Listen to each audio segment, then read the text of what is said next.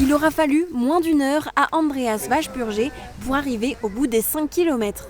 L'épreuve reine de la boucle des faïenciers organisée par le Cercle nautique de Sarreguemines. Si c'est la première fois que le Sarrois participe à cette course, il est un spécialiste de la natation en eau libre. Il a participé au JO de Londres en 2012 et détient depuis 2023 le record du monde de la traversée de la Manche, effectuée en 6h45. Samedi, il avait une large avance sur ses concurrents dans la Sarre. War sehr schön, das Wetter ist super und das Wasser ist hier in der Saar viel sauberer als bei uns später in Saarbrücken. Da wird das Wasser schon ein bisschen dreckiger. Chez les féminines, c'est la Belge Siobhan De Crenne qui est arrivée en tête.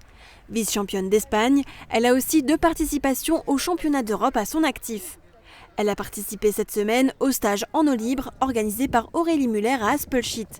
Elle a pu mettre ses conseils à exécution. Serrer plus les bouées, plus court, essayer de rester dans les pieds même si j'ai pas réussi longtemps, mais ouais, voilà. Plus de 110 nageurs étaient engagés samedi dans les 4 courses programmées.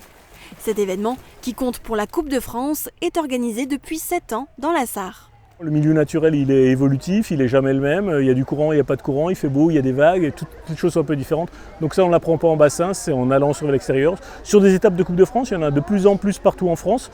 Donc c'est en s'entraînant dans des lacs, dans des rivières comme on le fait, qu'on apprend à évoluer. Mais la base, ça reste quand même nager et nager longtemps, et être capable de relancer sa course. Ce week-end, la météo était propice à la compétition avec de fortes chaleurs et une eau à 22 degrés.